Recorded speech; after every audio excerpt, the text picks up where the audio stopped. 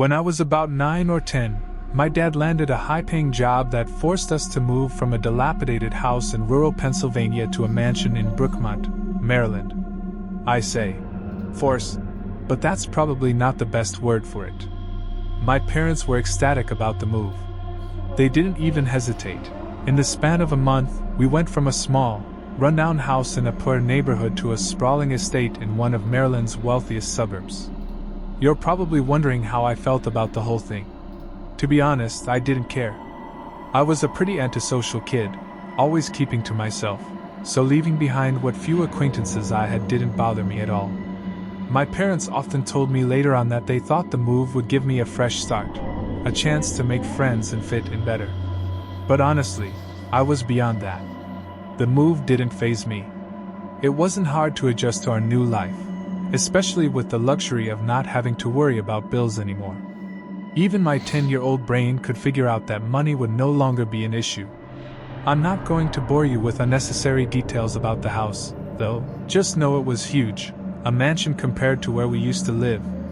I had 2 older brothers, Liam and Ethan, and the best part of the property was the enormous backyard.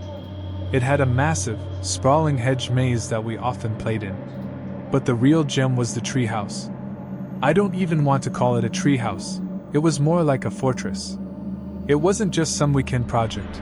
It was built by a professional, spanning across 6 or 7 trees. It had 3 levels and an actual staircase, not the rickety planks you see in most tree houses. It was incredible. For a while, my brothers and I played there every day. It was the highlight of our lives. But, as with most things, they grew bored. Liam and Ethan were getting older, and they entered that stage where nothing was cool anymore. They stopped playing in the treehouse, leaving me behind to play alone. I hated it. I couldn't even pretend I didn't care. I spent a lot of time up there, but it wasn't the same anymore. It felt empty, like a piece of my childhood was slowly slipping away. One day, I climbed up into the treehouse and found something strange, an old, folded piece of paper tucked into a corner. I still remember the exact words written on that first note. "Hello, I'm the Marshmallow Man. It's nice to meet you. What's your name?" I was elated. At first, I thought it was one of my brothers playing some sort of joke on me, but I didn't care. I wanted to believe it was something else, something more exciting. So, I played along. I grabbed a marker and scribbled back my name, excited to keep the game going. But that night, I didn't ask my brothers about it. I was afraid they'd spoil the fun, so I kept quiet and let the game unfold. For the next few days, I ran to the treehouse right after school. Every time, there was another note waiting for me. At first, they were harmless, innocent questions, just typical sibling teasing. But then, things got weird. The questions started getting more personal, things my brothers wouldn't have cared about or even thought to ask, like, "What's your favorite time of day to play outside?" Or, "What do you usually eat for breakfast?" I didn't think much of it at first. I just thought it was some silly game they were playing. But then I got a note that really freaked me out. "Which window in your house is your bedroom?" I'll never forget reading that question. My heart raced. I don't know why, but it made me feel sick to my stomach. Still, I didn't want to overreact. I answered the question, thinking nothing of it. But then the next note came, and it was worse. It was something about my pajamas and what they smelled like. That was when I snapped. I went inside and confronted my brothers, demanding to know who was behind the notes. They both laughed at me. They swore they had nothing to do with it, and started mocking me for still playing make-believe. That was when I knew something was off. One of them had to be lying, but I couldn't prove it. Instead of running to my parents, I decided to catch them in the act. That night, I stayed awake waiting. And then I heard it. A soft tapping on my window. My heart started hammering in my chest. I was terrified of the dark to begin with, and this only made things worse. I tried to stay still, hoping it would stop. It felt like hours before I finally drifted off to sleep. The next morning, I pulled the curtains open, and almost screamed.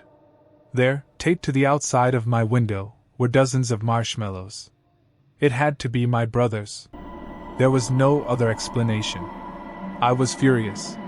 This wasn't funny anymore. I decided I would catch them red-handed the next night. I pretended like I hadn't noticed the marshmallows and didn't mention it all day. That night, I was ready. The tapping started again, just like before.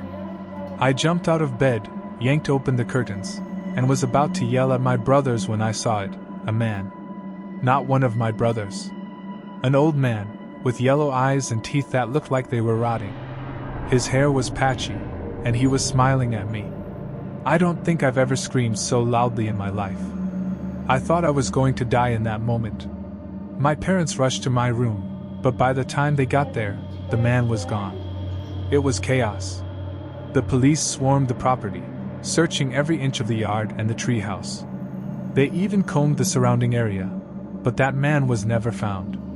Some of our neighbors had come outside, and when my parents filled them in on what had happened, they were horrified. I told the police everything I knew, but honestly, there wasn't much I could offer them. They took the notes as evidence, but I have serious doubts they did anything with them. The man never returned. My parents told me to stay away from the treehouse, but after that night, I wasn't going near it anyway. It felt tainted. I moved out of that house a few years ago, but my parents are still there, and every time I visit, I find myself staring at the treehouse.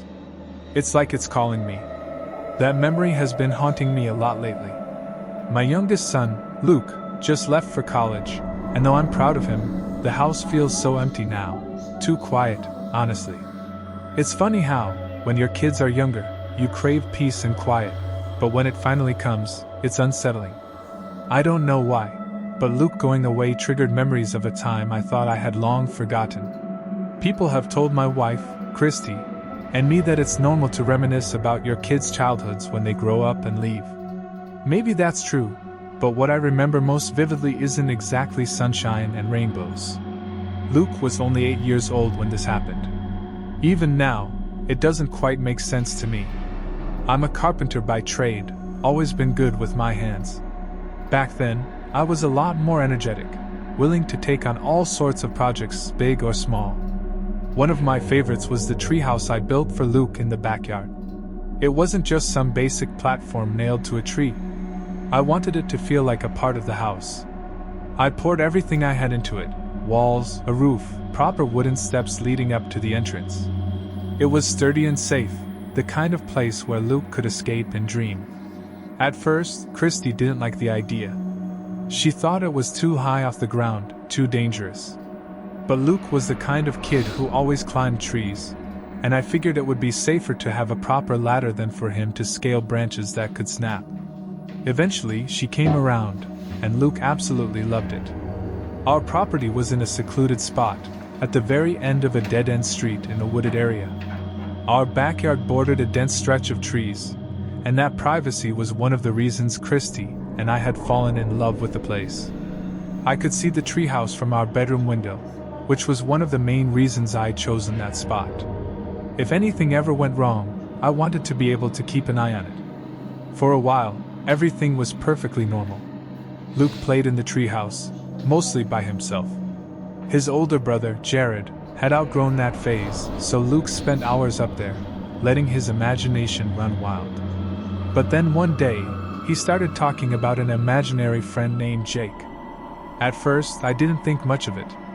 Kids have imaginary friends all the time.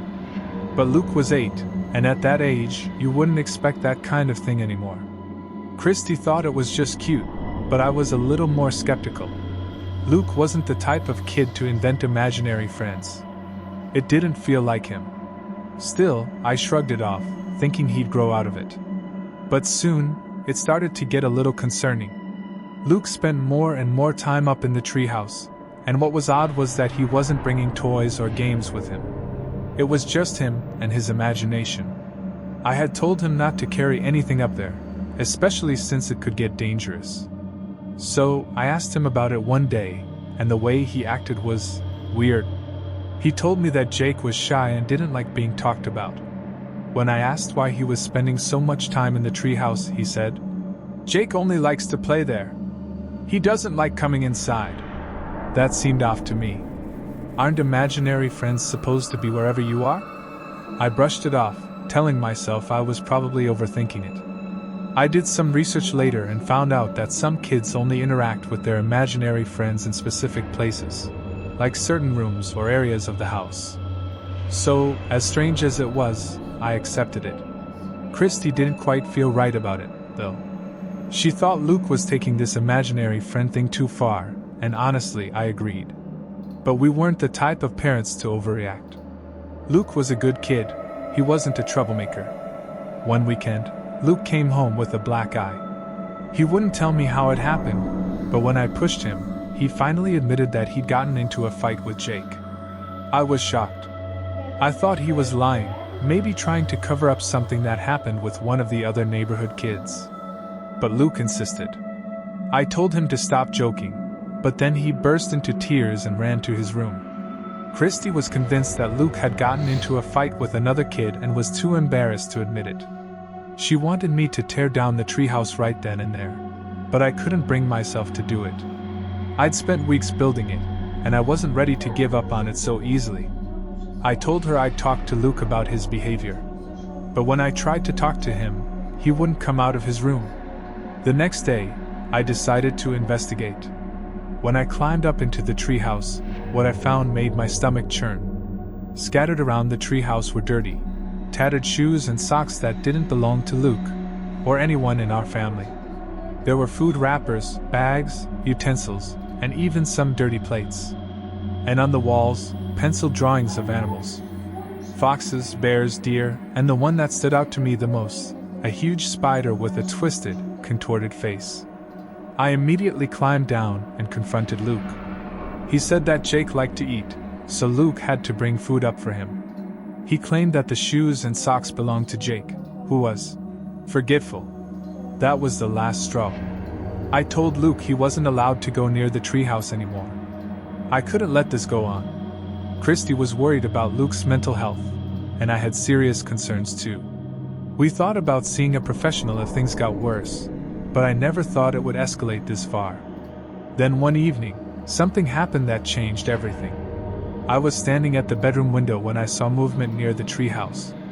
I thought it was Luke, disobeying me, but as I looked closer, I saw something else, a sickly, frail-looking boy climbing down the treehouse steps.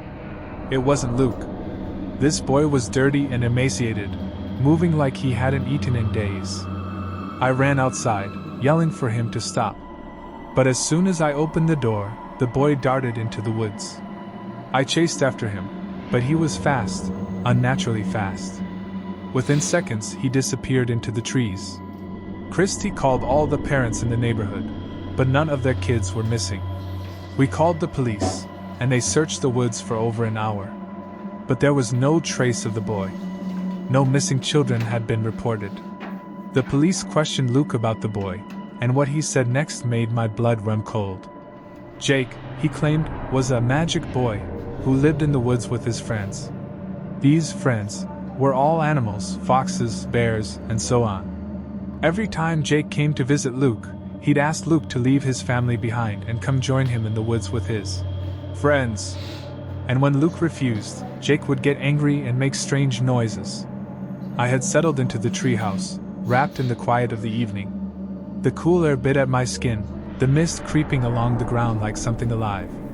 The world felt oddly still, like nature itself was holding its breath.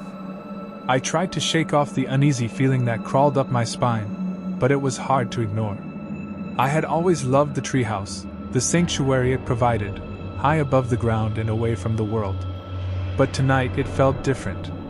It felt wrong. The silence was too complete. No birds, no rustling leaves, nothing. It was as if the night had swallowed up all sound.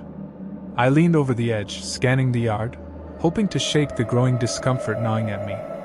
That's when I saw it. Movement in the shadows near the back fence. My pulse froze in my veins. At first, I thought I was imagining things, but no. There it was, unmistakable. A figure, tall and unnaturally still, standing just beyond the edge of the yard, almost blending into the darkness. I couldn't tell if it was a person. It didn't move like one. It was like a shadow, standing so still that it seemed to almost disappear into the night. My heart hammered in my chest, my hands slick with sweat. I didn't know if I should call out or hide, but something in my gut told me this wasn't just some lost wanderer. I crouched low, hiding behind the wooden planks of the treehouse, trying to stay hidden. My breath came in short, shallow bursts. The figure didn't move, didn't speak. It just stood there, staring, toward the house. Toward me? I couldn't tell. It felt like my whole world had narrowed to the shape of that one dark silhouette. Then it moved. Slowly, deliberately. The way it moved wasn't natural. It was almost as if it floated across the yard, gliding rather than walking. Every step seemed calculated, like it knew exactly where it was going. Toward the tree. Toward me. Panic gripped me. I was frozen, unable to tear my eyes away as it made its way closer. My mind raced, fighting the reality of what was happening. This couldn't be real. It couldn't be. But then it reached the base of the tree. I could hear its footsteps now, slow, heavy, methodical. The air grew colder, and I felt a chill crawl across my skin. My pulse thudded in my ears. I didn't know what to do. I couldn't move, couldn't scream. I just crouched there, too terrified to do anything but watch. The figure didn't pause. It just started climbing. Not quickly, no, it wasn't in a hurry. But it moved with an eerie grace, as though it was part of the tree itself, a part of the night that had been waiting for this moment. Each step was deliberate, like it had done this 1,000 times before. I stared in disbelief as it climbed higher.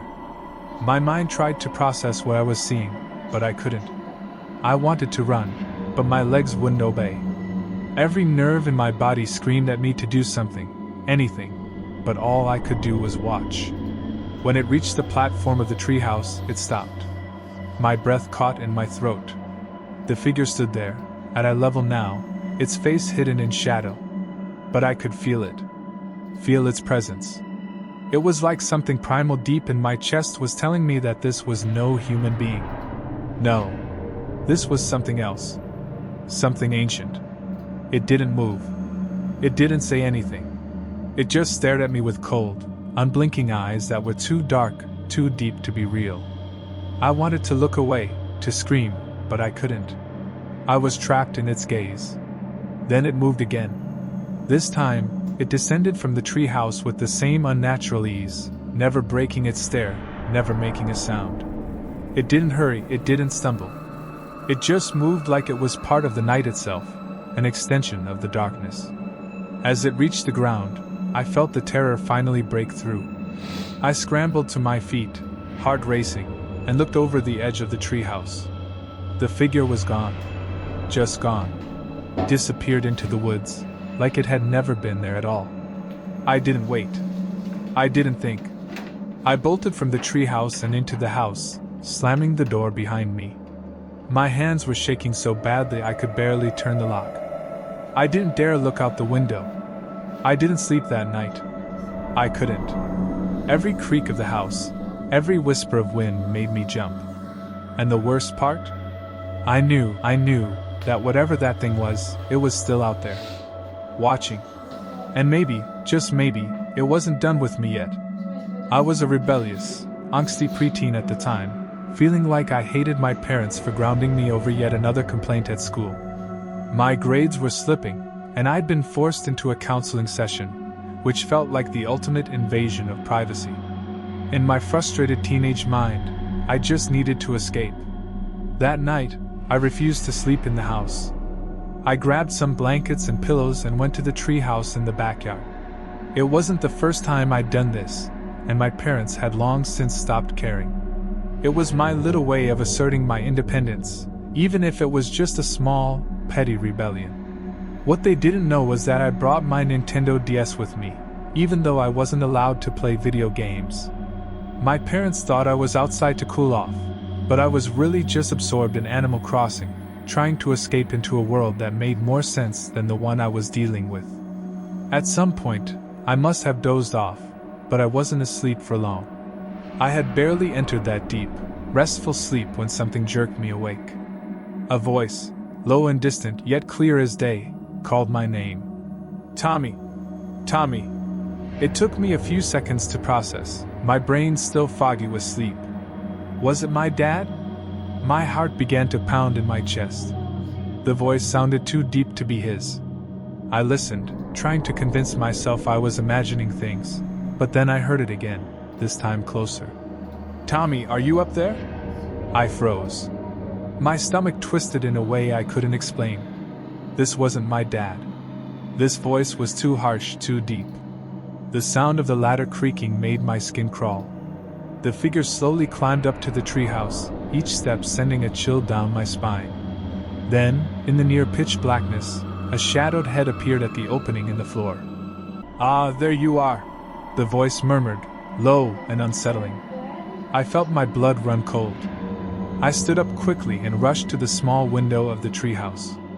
My heart pounded like a drum in my chest as I screamed, "Dad!" as loudly as I could. The words felt like they tore out of me, my body trembling with fear. Through the window, I saw the light flick on in my parents' room. I heard hurried footsteps coming from inside the house, followed by the sharp sound of the ladder creaking again.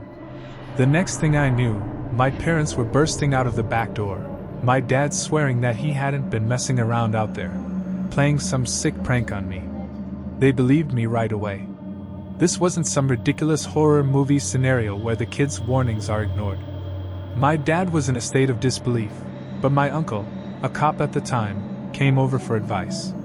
He filed a report, but there wasn't much I could tell the police. I didn't know who it was, just that it was a deep man's voice and that somehow, this stranger knew my name. The investigation didn't lead anywhere. No fingerprints, no clues, nothing concrete. The following day, my dad speculated it could have been one of the neighbors across the street, but he could never prove it. Years later, I'd see that neighbor again, and when he said hi to me, I'd try to remember the voice from that night, but it always felt just out of reach, too blurry to make a match. The whole thing still haunts me. I never spent another night in that treehouse. No way. Every time I think about it, I can't help but wonder who, or what, was out there in the dark, calling my name like it knew me. I still don't have an answer, and I don't know if I'll ever be able to fully shake the feeling that something, or someone, was lurking just beyond the shadows that night.